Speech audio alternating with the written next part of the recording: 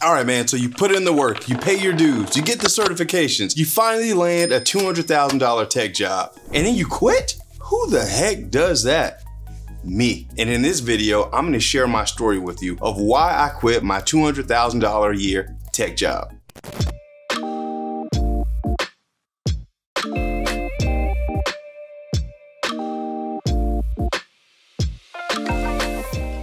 Hey cyber heroes, welcome back. And if you're new, I'm Boyd Cluess, an internationally recognized cybersecurity expert, and I help IT guys upgrade their jobs into a six-figure cybersecurity career. And if you want to follow me on this journey, subscribe to the channel and like this video so that you get notified whenever I drop new content guaranteed to help you take your career to six figures and beyond. Y'all ready for this? Let's go. Okay guys, before I jump into the story about why I quit, I think it's important to understand what I was doing. A few weeks ago, I dropped this video how I went from $33K on the help desk to becoming a $200K cybersecurity consultant slash architect or whatnot, right? And I got a lot of comments like, you quit a $200,000 job for YouTube? Bruh. Come on now, I know I'm good looking at all, but I'm not making $200,000 a year on YouTube. And we'll talk about what I'm doing now later. But let me set the baseline of how I even got to a $200,000 salary, because I do not have a college degree. I worked a few years in help desk and support, and then I found this niche in cybersecurity, which is PCI, Payment Card Industry Data Security Standard, PCI DSS. This is the governing body of standards that any company must follow if they store, process, or transmit credit card data. They have to comply every day, validate compliance every year. If they don't do this and they have a breach, they could be fined millions, even billions of dollars. And depending on the size of the company and how much money they bring in, it could literally bankrupt a company. So I made my career on this standard, like knowing it forward and backwards, the requirements. I could tell you anything. If you named it, I could give it to you. And that came from experience. So because of that, I became senior security architect at American Airlines, which was crazy, man. Little old me at 25 years old, right? I go from being the security analyst at a company that had 3,000 people to becoming one guy in a company of 120,000 people, 297 airports, and several office locations around the world. It was scary.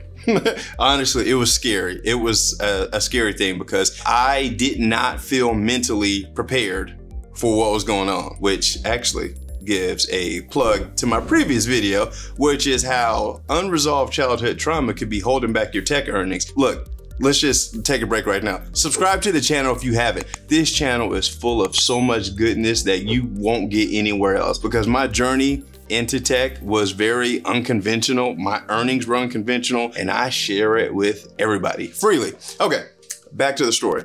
As I was working at American Airlines, I was at this conference in Barcelona. I was at the PCI conference actually, and a guy comes up to me. He was like, "Hey, you're Boyd Cluess, right?" I was like, "Yeah, that's me. What's up?" And he tells me that he's heard good things about my work because this industry that we work in, this PCI industry, is very, very small. We're talking about very specialized, right? It's a closed network, if you will. He offered me the opportunity to come and work for him and become what's called a QSA. A QSA is a qualified security assessor. Remember I told you any company that stores, processes, transmits credit card data has to comply with the PCI DSS standard every day and validate compliance every year. Well, as a QSA, I would go out to different companies around the world and perform this security assessment for them.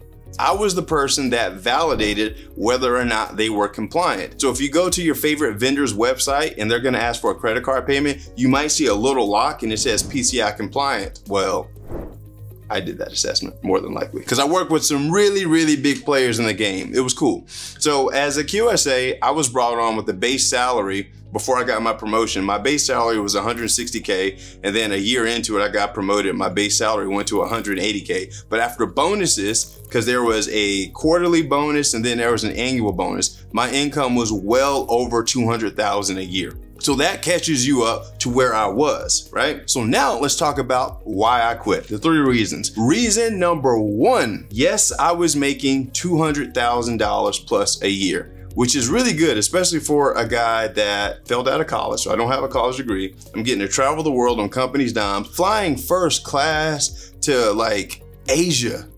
Qatar, Australia. My passport looks really good because of this career. But anyway, I'm making $200,000 a year, but I realized with the impact that I was having on the business, I was actually significantly underpaid. So let me explain. The way this works, when you work at a consulting firm, consultants provide services to clients. Somebody has to sell the work for that to happen. For example, if company A needs a PCI DSS assessment, they're going to send out an RFP, which is a request for proposal, to different companies saying, hey, give us a bid, meaning tell us how much you would charge us to perform this assessment. Generally speaking, it's about 6 to 8 weeks, $120,000 plus for this assessment. And so what I would do is, with our existing clients at the firm, as well with new clients, I would speak at different conferences and events, and I would establish relationships with the directors, the CISOs, Chief Information Security Officer, and we would enter into these business agreements. So I was essentially selling the work, and annually,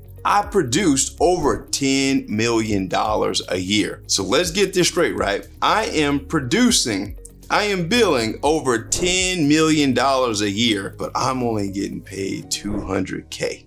We're talking about a significant discount on my time. And so what that made me realize is, number one, I wasn't valuing myself as a person if I'm willing to accept this salary, knowing what I'm capable of doing. So I quit, because I was like, if I can build these type of numbers for this company and provide the services, I can do it on my own. That was my thought process. So that's number one. I was significantly underpaid. Number two, I saw a bigger problem that needed to be solved.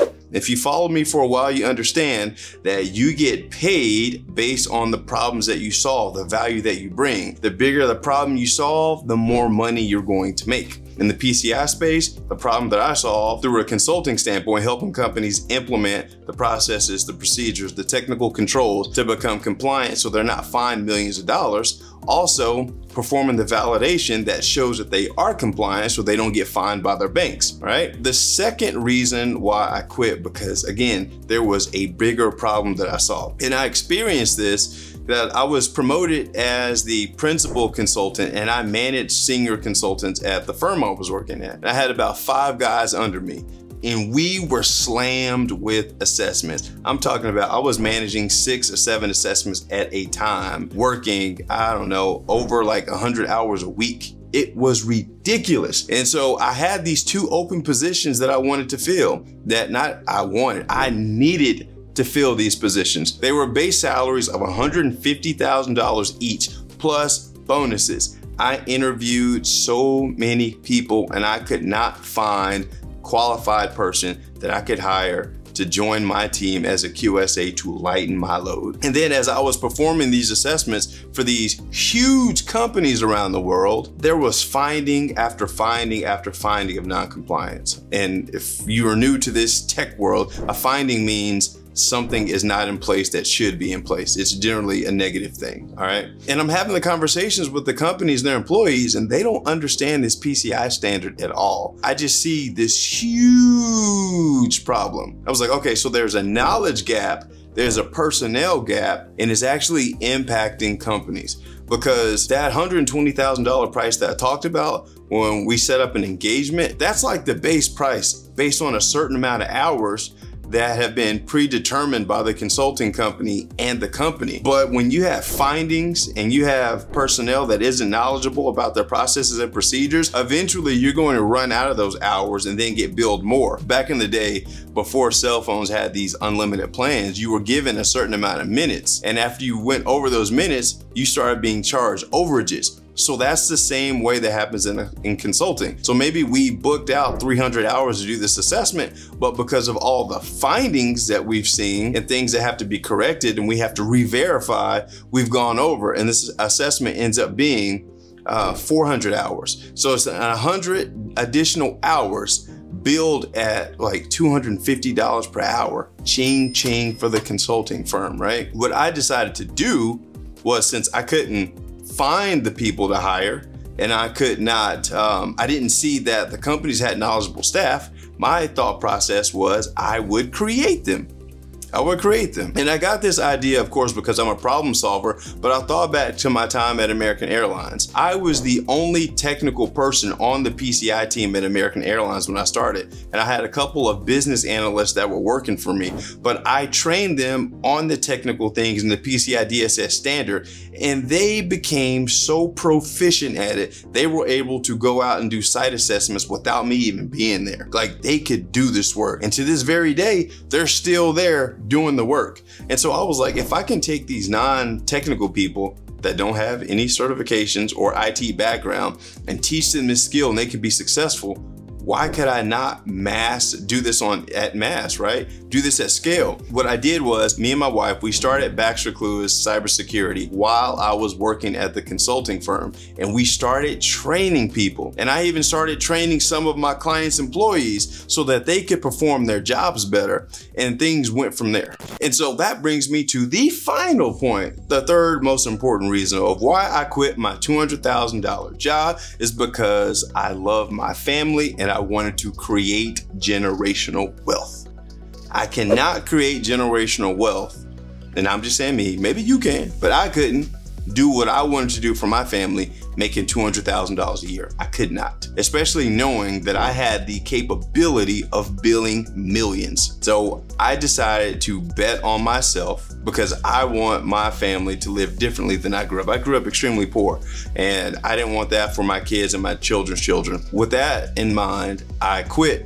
And I went full-time in Baxter Clues Cybersecurity, and that's what I do today. We have one company that has three heads. So number one, we have Baxter Clues Training Academy, which we teach IT guys to upgrade their job into a six-figure cybersecurity career by becoming payment security specialists. We also have the consulting firm, where I still go out and consult with companies to help them implement the controls to become PCI compliant. So when the auditor comes in, they pass with no hesitation, no issues. And then number three, we have Baxter Clues Staffing. So we actually staff our clients that we train in the academy, put them to high paying jobs. And so because of that, we've been able to generate $12+ million a year. And so I would not have been able to do that if I had stayed at that $200,000 job. So what you got to understand is right now, especially if you have the entrepreneurial spirit, it's not for everybody, but you need to take inventory of your skills and what value you're providing to the company and ask yourself, could you do it yourself? Could you do it differently? Could you do it? Because most people think when it comes to business, in order to make money, you have to be the best. You don't have to be the best. You just gotta be different. I don't claim anywhere that my consulting firm, my training academy, or staffing business is the best. We're just unique. I mean, think about it. You got this funny looking black guy that doesn't have the best talking ability, but I'm not afraid to speak on stage, right? I've done TV interviews, speaking on stages all around the world. I'm not afraid to put myself out there and showcase my ability. I'm confident in myself. Because of that, we've been able to grow. So again, like, that's my story, guys. And no, Boyd is not making $200K a year on YouTube. Maybe one day. If y'all share this video with your friends, maybe I will one day and it'll be cool. Hey, cyber heroes, were you aware that you can make over $200K a year without a college degree?